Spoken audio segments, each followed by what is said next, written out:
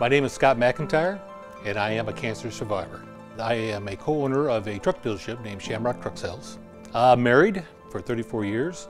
I have 3 kids, ages 32, 30, and 28, and got a daughter-in-law that is expecting our first grandchild in November. In 2013, in May, I got an infection stepping on a rusty nail and had a large lump in my lymph node in my right groin, and we took care of that. And then in September of 13, I noticed while taking a shower a lump on the left side of my upper groin, and I thought sure I had another infection. So I went to the doctors, and nope, he felt that it was a little too coincidental. So we did some tests, and sure enough we had cancer, and I had in 3 different spots. I had it in my left groin, I had it underneath my neck, and underneath my right arm. And so that put me on a stage 3 large B-cell lymphoma. When I first was told that it was cancer, I mean, the first thing is you don't believe it. You don't really hear the words. But it took a little while for it to kind of sink in. But once it did, you kind of took the mindset of, okay, we got a battle, and let's hit it. The first treatment plan, the first protocol we started was a round of chemo. And we did that over a couple months span. After the 6 rounds of chemo were done, I went into remission for a few months. We were all extremely excited when we got the news I was in remission. I mean, we celebrated. We went out and had a party. We actually celebrated, family and friends, and very happy. We thought we'd beat it. Because at the time, the chemo treatment had an over 80% cure rate. So we felt pretty confident, pretty happy that, you know, we're past that now. We're in remission, and we're going to go forward. Later on in 14, the lump came back again, and we went and got tested, and we found out that the cancer is back. To have it come back, you know, that was pretty down about that. In fact, we kind of vowed not to party again or celebrate until, you know, that time that we know we have a cure. The second round of treatment was more chemo. Again, went into a remission, but not very long.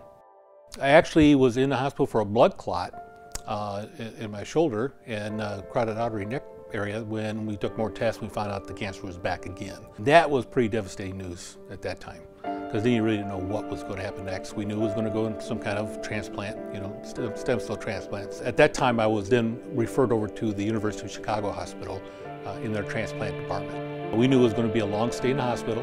That transplant, you're going to spend at least 28 days in the hospital, and then you're going to have to spend more time near the hospital within 10 minutes because you have so much you have to do afterwards.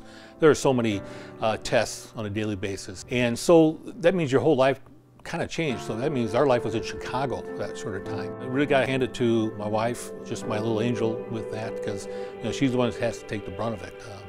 I was very weak, very tired, couldn't do a lot. You know, she's the one that had to not only now be there for me in Chicago, but we still had a home back in South Bend and family that she had to take care of. And then finally, in almost 3 months, we were able to come back to South Bend. The nice thing we had was the University of Chicago and Memorial Cancer Center worked very well together. So I was able to do a lot of follow-up treatment and checks here in South Bend. If the cancer comes back after stem cell, the life expectancy for a patient is 3 to 6 months. And unfortunately for me, it did. It came back fairly quickly again. And then when it came back after stem cell, it traveled up into my lungs. So for a while, I was in a little bit of a dark place. But I gotta admit, my oncologists, you know, they never gave up. And that's gonna be my message. You know, my doctors didn't give up, my family didn't give up, you know, researchers sort of heck didn't give up. And my wife said, I gotta talk to the oncologist, Dr. Smith. And she did. And Dr. Smith said, well, he's not in a good place, but I'm not done with him yet. Then we start talking about this new treatment, this CAR T treatment. And the oncologist, Dr. Smith, and even the fellow person they just heard so many great things about it. And when they started talking to me about this treatment, about using my own immune system, that made a lot of sense to me because I'm using my own immune system. That, I'm like, well, I can see this. So I started immediately, you know, getting excited and ginning up for this, because this technology was talked about, and they knew Chicago was going to get it, but they didn't have it yet. They didn't know exactly when they're going to have it. So now it became, let's prolong, you know, let's bridge that time frame to get to this treatment. Late April, I got a call saying, we're ready for you. And the day before the treatment, Dr. Smith came in, talked to Cindy and I, and she says, you know, no matter what happens with this treatment, with you getting this today, because I was the first one to get it, no matter what happens, you are going to help other people down the line, good or bad. We're going to learn so much that's going to help the next one, the next one, the next one. And both of us, when Cindy and I both heard that, you know, the pressure just eased away. We're like, okay, that's right, we're ready, let's do it. 10 o'clock the next morning, we get the treatment.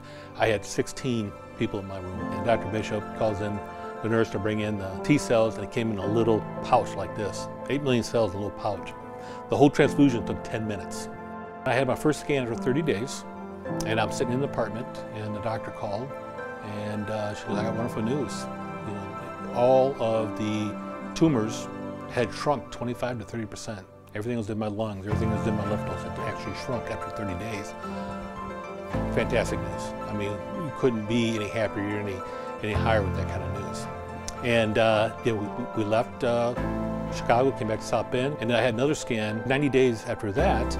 And I was at my son's house, we were getting ready for a cookout, and I looked at my phone, I got a text from Dr. Smith. He says, you know, "Can you talk?"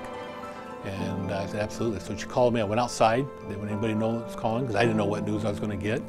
And I called her, and she says, "How you doing?" I go, "It depends on what you're going to tell me next." And she says, "You're my walking miracle. Nothing's lit up, nothing's showing up, you're in metabolic remission." It was just fantastic news that things just kept going from there, going from there, going from there. How do you thank everybody that was involved? There's no way you can thank them. There's one thing I always do for Dr. Smith is, you know, being a huge Notre Dame fan, and they all know it there in Chicago because I always wore a different shirt, a different hat. When I went to the very first game in 2016, the first home game, I took a picture. I took a picture of myself, my daughter, my son, and you know, while we're sitting in our seats, our backs to the field, and I sent that to Dr. Smith. And I said, "Because of you, I'm out here today, to live my dream."